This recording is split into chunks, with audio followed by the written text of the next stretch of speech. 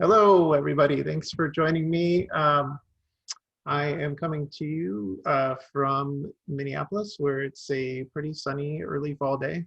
Kind of nice out. I don't know how it is where you are, but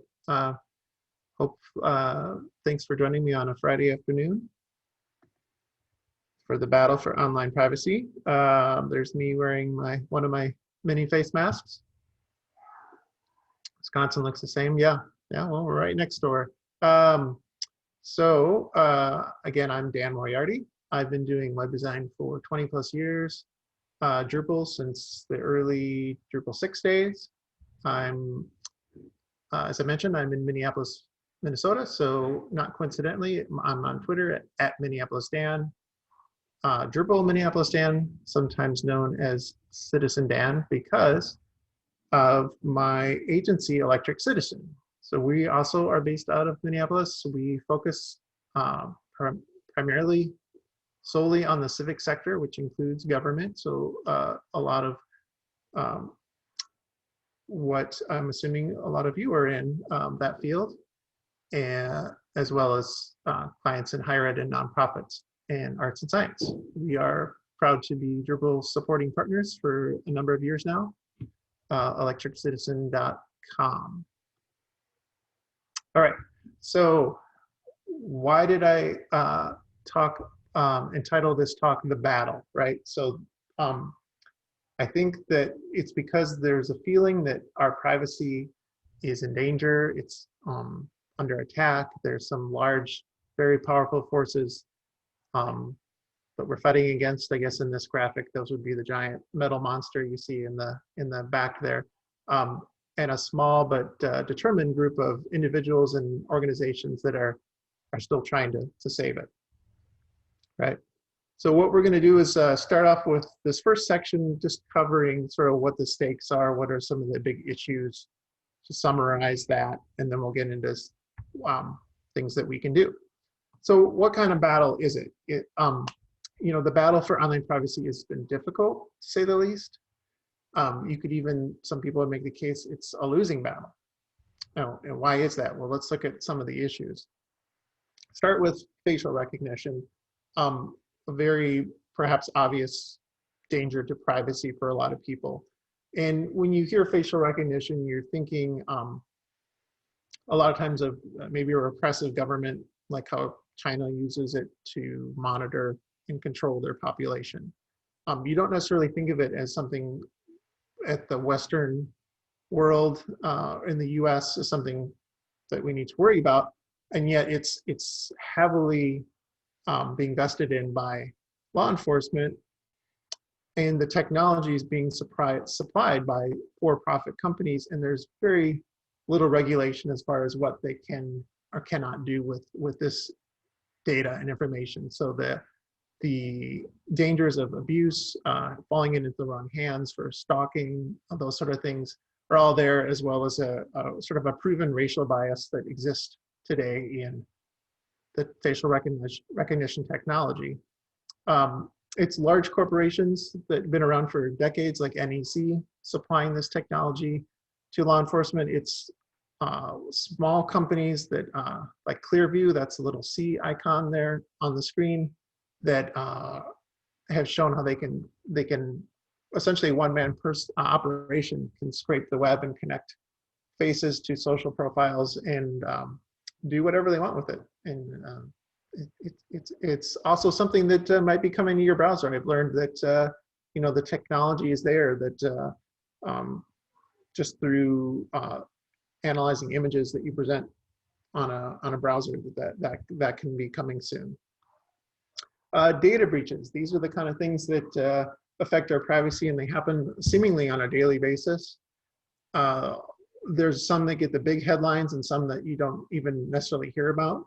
Some of the ones I've listed here, like the Equifax credit union data breach, the infamous Yahoo email user account breach, the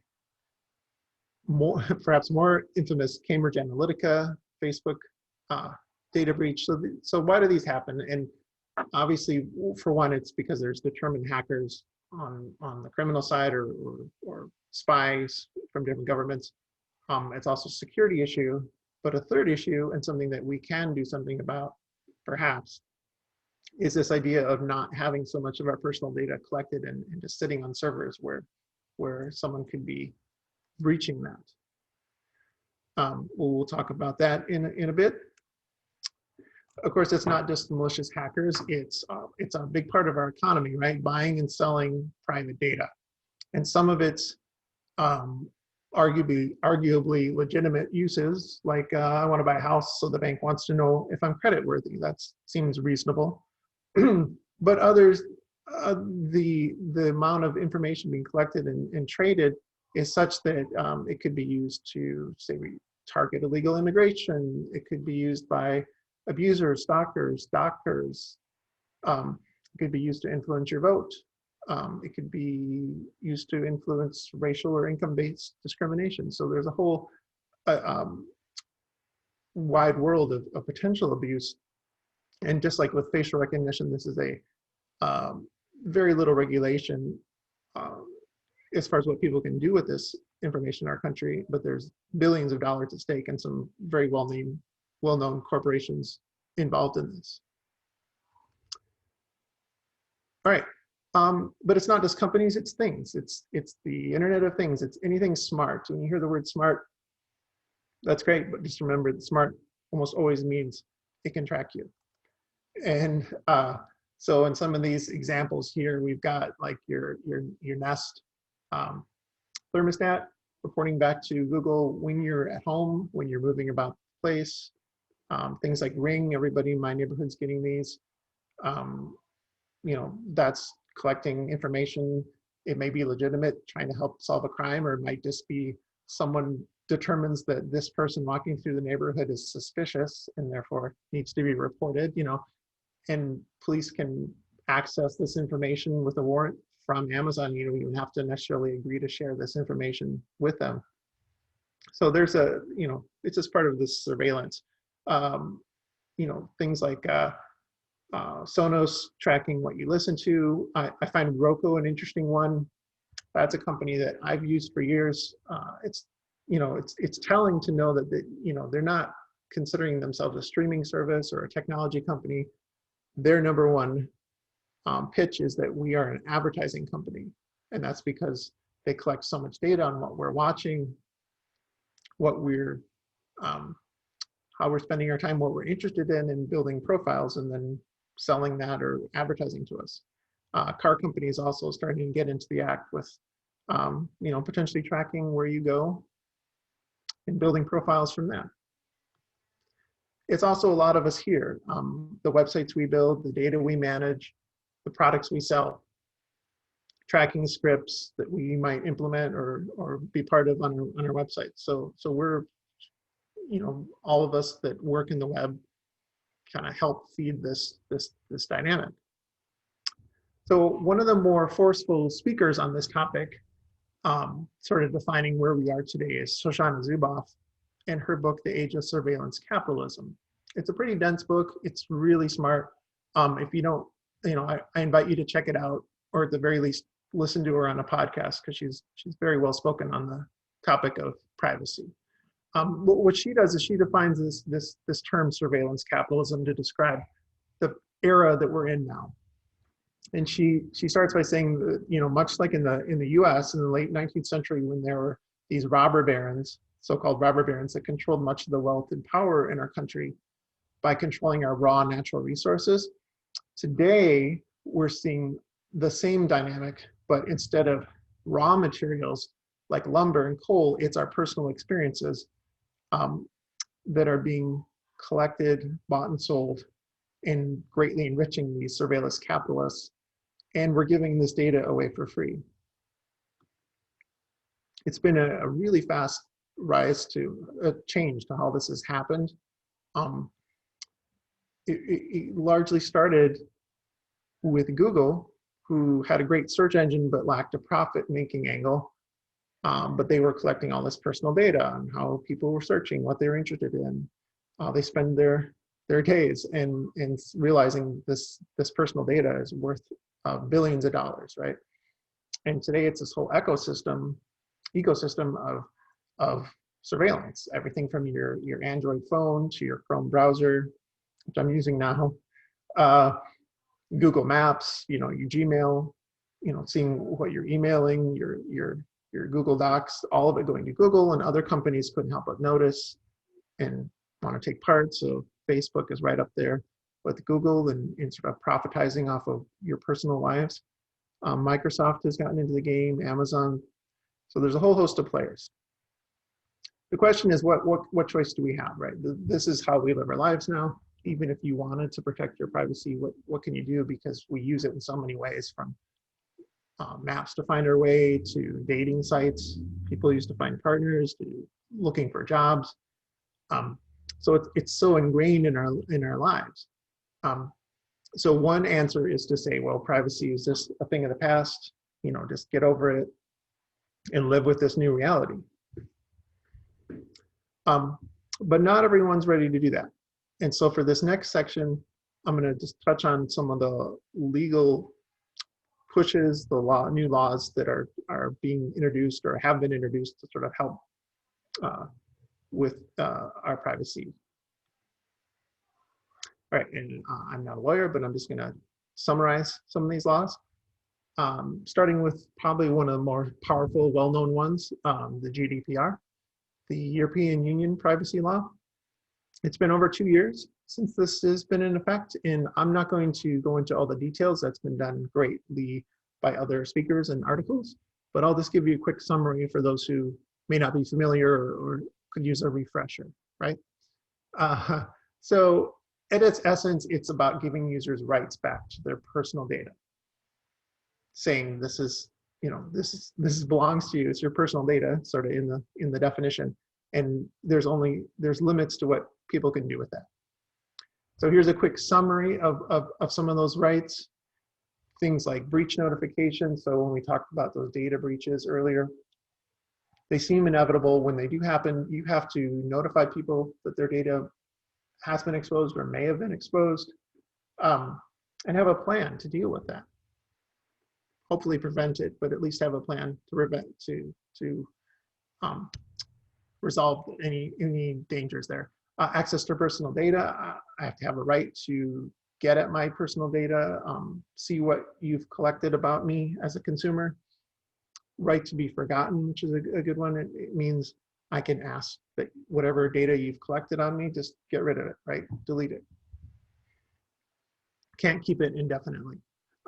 Data portability. This means I should be able to take whatever personal data you've collected on me in the past year or years, and take it with me and use it for something else, or just have it, right? And to their credit, Facebook has done a fairly good job of this component. If you've ever tried it, you can download sort of like a little static site of your personal data that they collected over the years, and download that and view it and use it for what have you. Privacy by design, the last one, rather than this current dynamic where everything's opt out of being tracked or surveilled. The new dynamic is, you need to tell me why it's important that I share my personal data. I need to get permission. So it sort of flips that on its head. Quickly, who does the GDPR affect? It's any size organization, from the smallest company to the biggest corporation. It's for-profit, non-profit, doesn't matter. Of course, it's a European law, so it's about European users. So for all of us in the United States, who cares, right? Well, one, we'll see what this law has done to laws in our country, in the US, if that's where you are.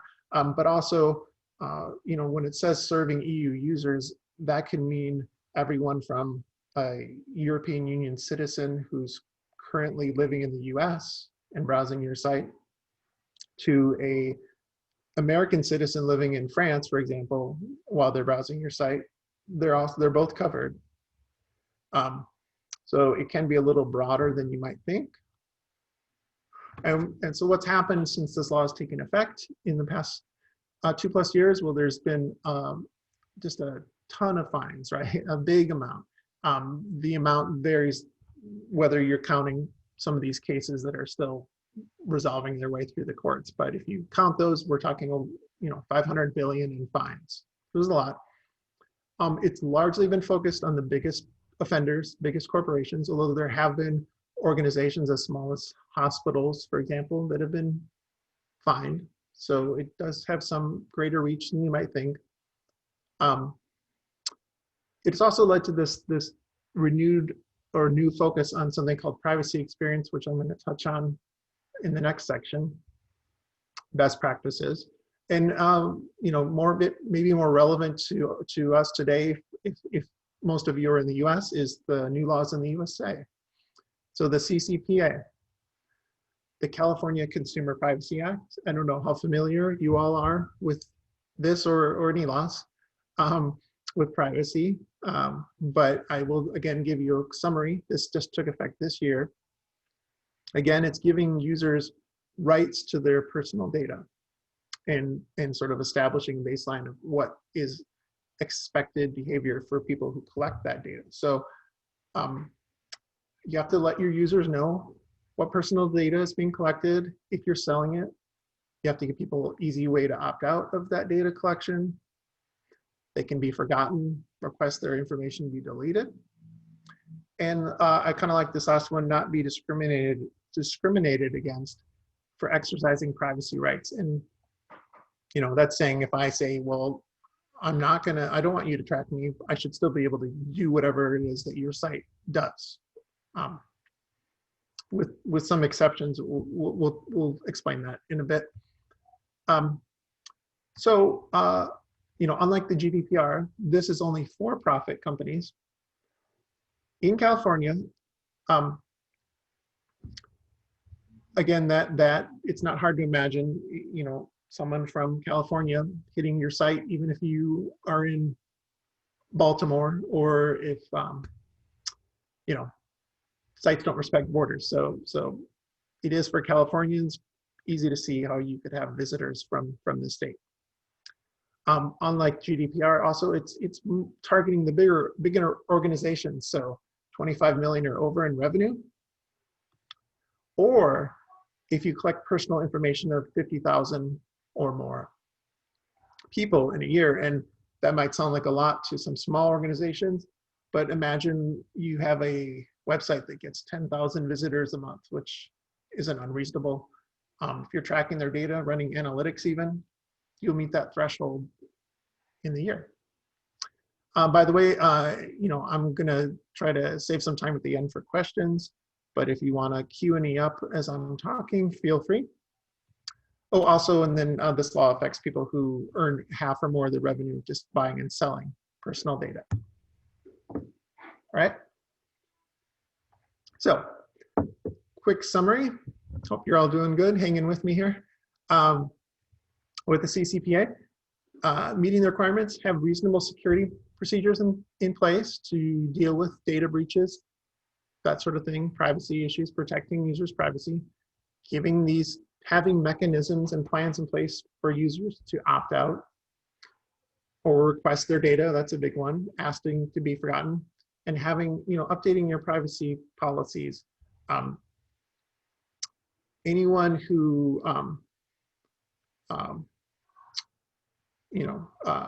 is visiting your site that might be 13 or under, you have to ask for parental consent. That's a new one that a lot of sites aren't ready to meet. So what's happened since then? Well, unlike the GDPR, there hasn't been billions in fines, although there have been some. But there have been billions spent, it's just in compliance. And so many companies have been scrambling even now to sort of meet the requirements of this law. Things like, most people built their sites, they didn't have a plan in place before this law to easily let someone delete just their data or request a copy of what you've collected, those sort of things. Updated privacy policies. So, if you were like me, you received just a ton of emails at the end of last year, beginning of this year, um, that um, said, we've updated our privacy policy, we've updated it, blah, blah, blah. And if you're like me and most people, you don't read these, which is a whole nother privacy issue. But a lot of that came out because of this new law.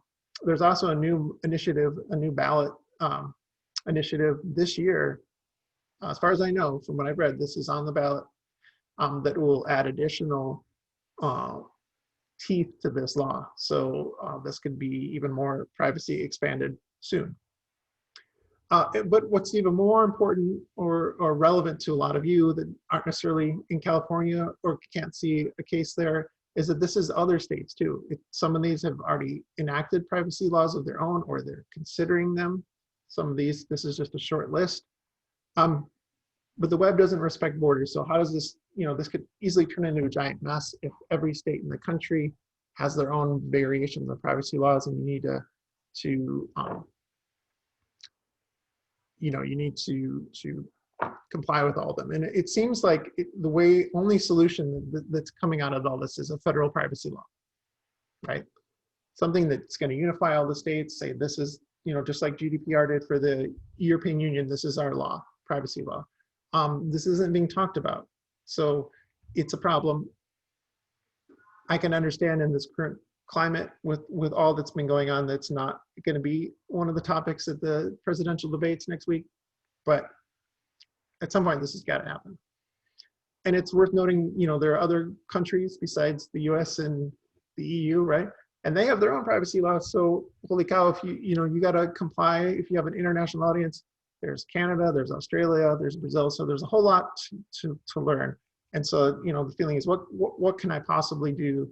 Because a lot of us working in the web, we've sort of learned our own way, and we don't have training or education around how to comply with this. So obviously there are lawyers that will help with this, but what if you just want to, that doesn't apply to you, or you just want to start doing what you can? So let's look at this next section, which is practices you can start doing today. A term called privacy experience, at least how I've defined it, and some others, PX for short. Just like we've adapted over the years to things like online accessibility, responsive design, site performance, DevOps, all these new things, dynamics that become part of our web process. This is a new one, and the one that we can start learning. So here's a really simplified version of a web design process today. You've got your planning phase, your discovery, you've got your design phase, you've got your building phase, and you've got your deploy launch phase, right? Really simple, simplified version of how this works. Where in this big process do you think privacy is currently considered? Right, so typically it's that very last circle, at least in my experience, and probably a lot of others. It's, oh crap, we're launching, we need a privacy policy, throw up a link, throw up a page, maybe cut and paste something from someone else, and you're done. What privacy experience does is says, let's interject privacy concerns into this process at each stage. And by doing so, you're getting closer to complying with these laws and better serving the privacy of your users. So for example, in the planning phase, thinking about what data are you collecting, what data do you need to collect, how are we going to make this so users can opt in and out, how are we going to protect personal identifying information, PII, how are we going to make data portable. So there's a lot of strategy and documentation that needs to happen. And then as we get into the build, how are developers handling data, how are they handling cookies and web forms, analytics. And of course, when you launch, you still need that good privacy policy, but something a little more thought out than a last minute process. Let's see how I'm doing for time. I know we're on a tight schedule. All right, I'm okay. So PX, just another good thing to know. Of course, this is something that you need to start budgeting for. Maybe like accessibility, with my agency, that was originally looking at additional costs, but now it's such part of our process, it's not so much a cost in our build. It is for testing and verification, but so it can sort of, it is going to add some time, but hopefully, you know, as it becomes part of your process, it just gets a little more efficient in just how you do things. Considering, you know, really focusing on protecting personal identifying information, or PII, that term comes up a lot. So just really quickly to explain, what is personal identifying information that you need to be concerned about. It's obvious things, at least to a lot of people, things like your name or your social security number, or if you combine like your name with something like your date of birth, things that can kind of help pinpoint who you are specifically and sort of eliminate that privacy barrier, are things that you need to be concerned about. Interestingly enough, that last one in the left column, IP address, it's something that you typically might think of as an anonymous tracker. However, it doesn't take too much for some companies to start using that in sort of building out a profile when they see the same person visiting a site over and over again. And it's considered protected under some of these privacy laws. So that's something to keep in mind. Again, what can you do for your own sake? You know, implement the things that we just touched on in your process. Set expiration dates on your data, make it easy to understand what you're collecting, easy for users to ask to be forgotten, and have a good privacy policy. Don't have one filled with, don't wait to the end of the project. You know, if you aren't able to hire a lawyer to do this, which of course is probably recommended, although you don't want it to read like an impossible to understand legal document. It has to be in plain language. There are some online policy generators you can try out to help get you started. Speaking of privacy policy, so again, this has been a real tricky point for privacy for people. And the reason is, you know, it's been a false choice. If you look at this little graph I have here, it's sort of pinpointing some of the biggest corporations, companies in the world on a scale of their privacy policies, how easy or hard it is to read, going up and across how many minutes it might take you to read a policy. And you can imagine this idea that you're going to read through every privacy policy. It would take you, what, 3 hours a day for a year? It's just some crazy number. If you overlay this graph with sort of the reading levels, you can see so many of them are at the top of, you know, beyond the college level reading, which is not the target. We want an easy to understand reading level for our privacy policy. So this is a huge privacy issue in itself. Lastly, I just wanted to say, when I'm talking about privacy experience, it reminds me of where we were not too long ago with accessibility. It may not be required everywhere yet, but it's something to look into, to embrace, because one, it feels like the right thing to do, and two, maybe more important, it sounds like it will be required soon, so might as well get ahead. All right, so with this last section, and I know I want to save a little time for questions, I'm just going to talk about some technical issues. So when we're talking about websites, we're talking about developers, and you know, what change in process can you make to better protect personal identifying information? You know, it can be documentation you do in discovery.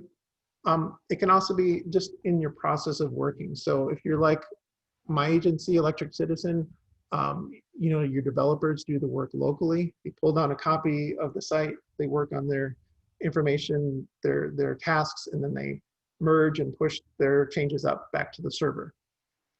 As they're doing that, you know, maybe ask yourself, what personal identifying information am I pulling down in my local machine? Do I need that to do my work? You know, almost always the answer is no. You could go through the extra step of maybe replacing the personal information with using a tool like Faker, just to substitute fake data, get your functionality in there, and then push it back up, right? How often are you purging data that's on the server? Does it need to be there forever when you've collected it for user accounts? If you're in content marketing side, ask yourself, what data are you collecting? Do you need everything that you're collecting? The dynamic of let's just collect everything and then we'll sort out later what is useful. It just exposes too much risk. So limit it. When we're talking privacy, a lot of times we're talking about cookies, right? The countless banners that have been introduced since GDPR went into effect, you don't see this everywhere, but you go to a site and it says, hey, this site uses cookies. It's good. It's a good start. It's telling you something's being tracked. Unfortunately, the dynamic that's not really compliant. It's just saying there's a single button that says we use cookies, and you have one option, accept, right? The way the law is supposed to work is you're supposed to say, give people the option. I can choose to accept this, or I can say no. Either way, I should still be able to browse your site. So that's something that I think a lot of us need to work on. Let's skip ahead here. So the Drupal community has this great module, EU cookie compliance. This little screenshot was just me playing around with sort of a newer version of the module. What lets you not only have that accept button, but lets users manage their preferences and sort of determine on a category what cookies they want to accept and don't, because there are things called essential cookies, things like that track whether you're logged in or not, or have a shopping cart. It doesn't do any good to opt out of that because then the site would break. So that's accepted as essential. But then there's things like analytics.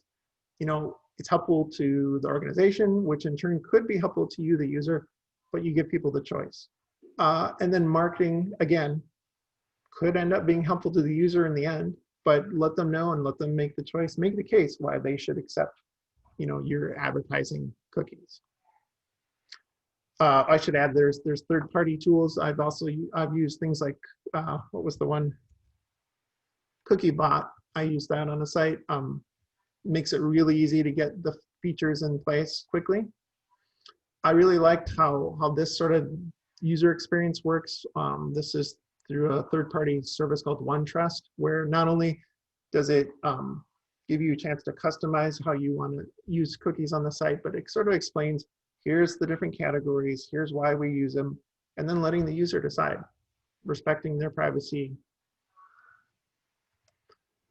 Site analytics. Almost everyone uses Google Analytics, right? Do they collect personal identifying information? Well, the law would say yes. They store IP addresses, although if you have an analytics account, you don't see them, but they are storing them by default. So therefore, you need to let your users know this is happening. It's also important, well, you can go into Google Analytics now and say, don't do this. Don't even track the IP addresses at all on your end. It'll affect your results slightly, but it is still a viable option.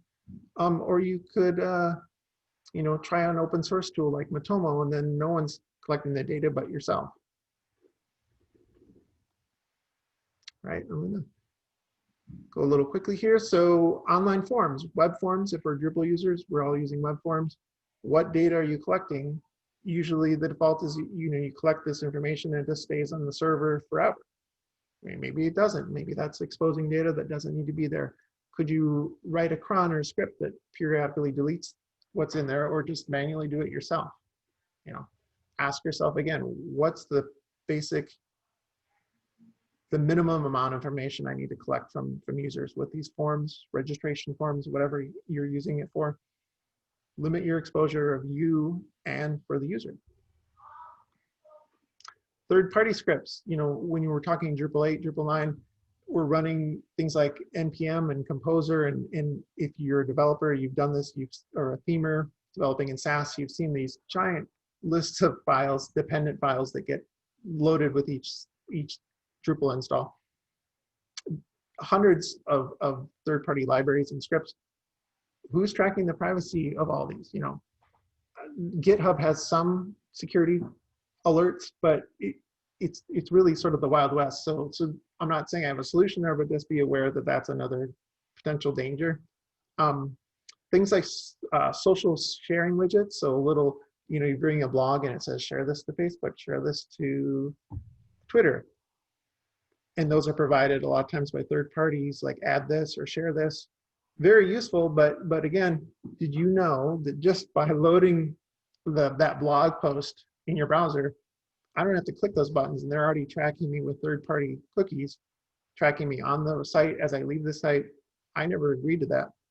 So what can you do? Well, one, you can let your users know this is happening, privacy policies, but two, you could write your own little script and just have the social sharing widgets there, but not tracking, or at least not activated until you choose to click them, right?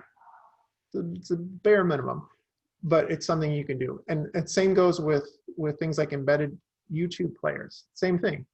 Once the page loads, you know, Google, YouTube, they're already tracking you. You don't have to click to play the video. You don't necessarily agree to that, right? So what can you do? Well, you could just show a still of the video at least, and not, you know, enable the tracking until someone clicks through, chooses to watch the video. At least you're making the privacy a little more secure. Lastly, I just want to say, you know, be privacy smart and know that encryption is your #1 tool. You know, encryption of data is really the #1 thing we have to protect privacy. And there's people trying to undo that. The Earn It legislation, I'll just say quickly, look into it. It's trying to use something called the 230 exemption. I don't have time to get into that, but basically forcing companies like Twitter, Apple, Facebook to give the government backdoors to their encryption data, or else they're going to take away this liability protection. Support organizations like DuckDuckGo, who makes a very robust search engine alternative to Google. It's not as good, but it's pretty darn good. Browsers like Firefox, advocacy organizations like the EFF or ACLU, doing great work. You can help support their work on behalf of privacy, or just learn what they're teaching us about privacy. And Drupal specific, the GDPR compliance team has done a great job listing a number of Drupal privacy related modules, which I have here. I already touched on the cookie compliance, things like cryptolog, IP anonymize, just getting rid of the IP tracking on your website. Things like Faker, working with that library to replace personal data with fake data. There's a core privacy initiative, which is just in its infancy for Drupal, but it's something that if you're really into privacy, you want to help, it's something to look into. All right, so final takeaways here today. Does privacy still matter? I hope so. I think one of the key points I want to make is just, you know, it feels hopeless or inevitable. Just try to avoid getting numb to the whole thing. Do your best to understand these new laws and start following some of these best practices, and realizing that all of us have a role to play.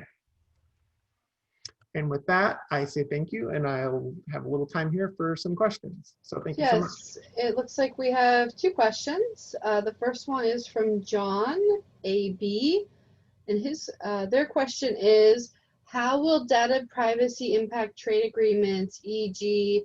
EU Court of Justice decision last month that applies GDPR to EU client data on foreign servers? So this is a super smart question, so thank you for that. And I have to admit, I don't have the answer to that. If anyone else here in the chat has an opinion or answer on that, feel free to jump in with, chime in with your answer. I do not know, although I learn stuff from your questions each time I give this talk, so that's another thing I have to get into. Okay, and then we have a question from Sebastian. This is interesting. We have a open records law in Wisconsin, so we cannot legally discard data, but it seems we may not be able to collect this data as well. Have you run into this? And Sebastian, if I messed up your question, feel free to unmute. I think I understand the question. You know, you have open records law, which means you're saving the data so people can later go back and access it. But then greater privacy laws where say you're not able to collect the data. So I would think that open record laws, and again, I'm not a lawyer, I would think that would apply more to policy issues and not things like I filled out a web form and you have my personal information or that sort of, cookie tracking or that kind of thing. So I think there's room for both, but it's sort of a pretty broad issue worth further exploring. And it looks like someone made a comment about the web form clear module lets you schedule when web form submissions are automatically deleted. That's great. I had looked for something like that a while back and I didn't know that existed. So I appreciate that, Simon. I know that some people had talked about, writing cron related scripts to do this for you automatically. I know for myself, it's a fairly manageable manual process for some organizations, not for all, to just go in and periodically wipe out that form on your server. So that's another option, a low-tech option. Cool, thanks. And I actually have a question. One thing that I didn't notice in your presentation was business identifiable information, or BII. Any thoughts on that with data tracking while we still have a few minutes left? Everything that I've been focused on and been reading have been all about personal identifying information. So I'm curious, from your question, what would be what would be an example of how that would? Sure. So from personal experience at various agencies, contractor and federal, for example, Google Analytics, if you make a free Google Analytics account, your data gets scraped, which is potentially BII, whereas if you have a paid G Suite account, they don't scrape your data that you collect. So that's just Fascinating. The questions always, I feel like I know so much, and then the questions come in and I feel like an ignorant person, but I just don't have the data for that. Cool. Well, just thought that was cool. So are there any other questions? Looks like we've... So Sebastian asked, the artist for all my images, I wish it was me or something cool, but the truth is it's just iStock. I was looking at sci-fi vintage related stuff. I don't know, somehow I was connecting it to privacy.